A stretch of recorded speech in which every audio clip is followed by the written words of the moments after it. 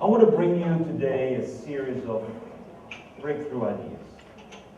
Changing the rules of the game, not just changing the game. I want you to believe that you can change the rules of the game.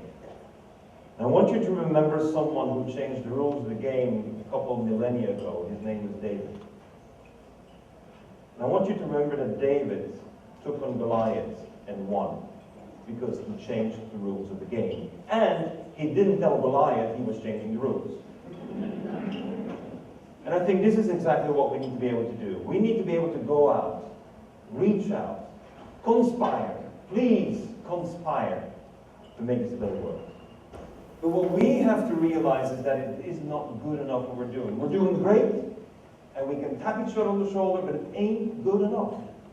It's got to go better, faster, and more radical, more fundamentally different than what we have ever imagined. And I have three parameters.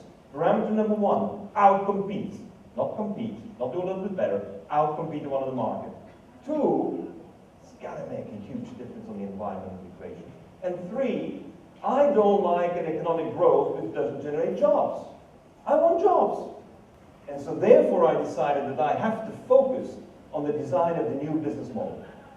A competitive business model whereby I have my sustainability defined as a business and my capacity to respond to the basic needs of all.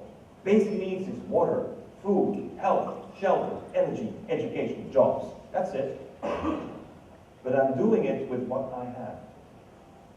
To me, this is the key in the business model. You know the carbon footprint. The carbon footprint tells us that we're consuming more than the Earth actually can produce. So I don't need any other reports about it anymore. I don't need this to be fine-tuned. I just need to know how can I work and live with what I have. Not beyond it. The message has come through. This is exactly how ecosystems work. Ecosystems only work with what they have. Ecosystems never went through a globalization process. You know this famous proverb? You give a man a fish, and will bend for the day, teach him how to fish.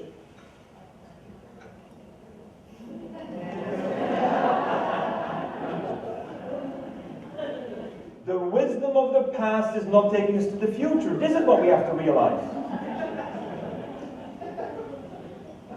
If we only teach our children everything we know, they will only do as bad as we're doing. Principle number one is whatever we're doing is going to be inspired by ecosystems. And it always will evolve, because ecosystems are never the same. The only constant for ecosystems is change. Isn't that how we promote innovation? And ecosystems always evolve from scarcity to abundance by creating more diversity. If you're drinking coffee, you're ingesting 0.2% of what the farmer produced. 99.8% of what the farmer produced is going to generate methane gas in the environment. And if you're a shiitake eater, then you're responsible for the destruction of the oak forest in China these days.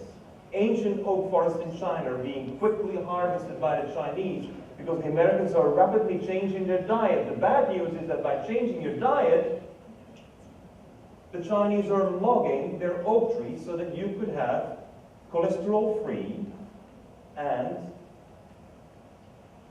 healthy food.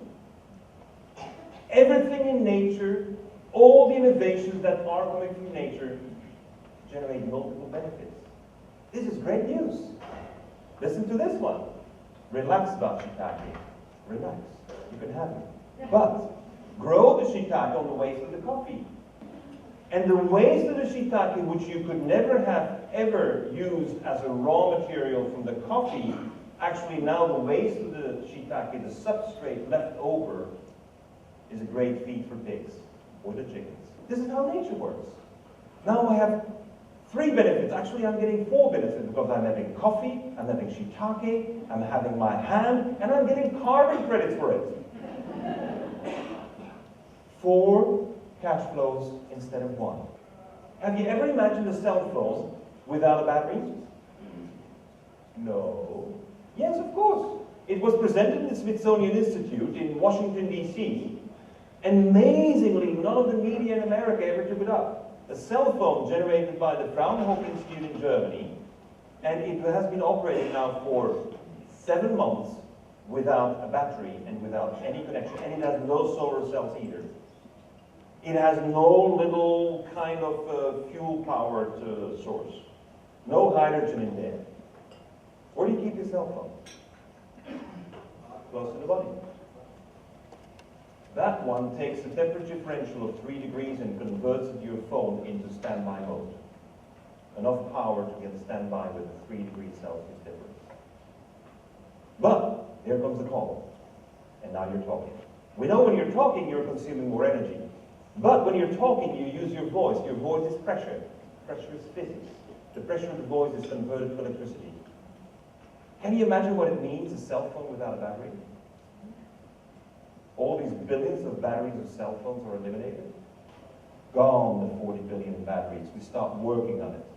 No battery. We have to put in our minds that the future of our businesses is not going to be powered by batteries. Because in nature, no one uses the battery. No one is wired. Well, here you see the wind belt that will power sensors. It will power the sensor at the cost of $1, and it will operate for 20 years.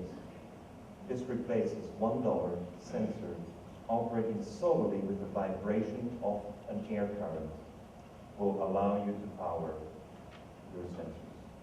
It's a complete shift. It not only saves the batteries, it saves the money. This is what I think is a competitive business model. Think about it. No more turbines. No more turbines. No more rare earth metals. No more pilots. Cheeto's an orphan. She learned at the age of 12 in Zimbabwe how to farm mushrooms.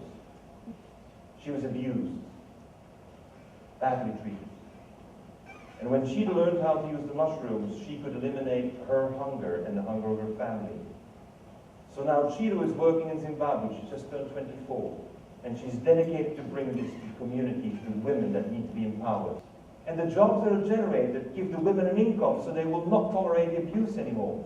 And when the women are not abused, then we put a stop to AIDS in that part of the world. So what we really need to see is we cannot have a business model where we just make cash and then do something against AIDS. We need to find ways to have AIDS, fighting against AIDS, and women empowerment being part of our business models. Not an add-on. It is not the triple bottom line. It is the triple, quadruple cash flow that allows you to do it all at once.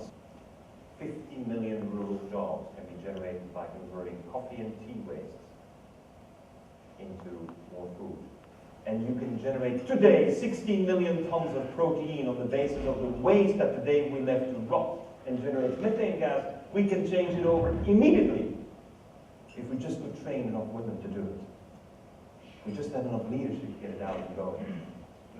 To conclude with the vision of my mentor, Mr. Shoichiro Honda, whom I had the privilege of working with.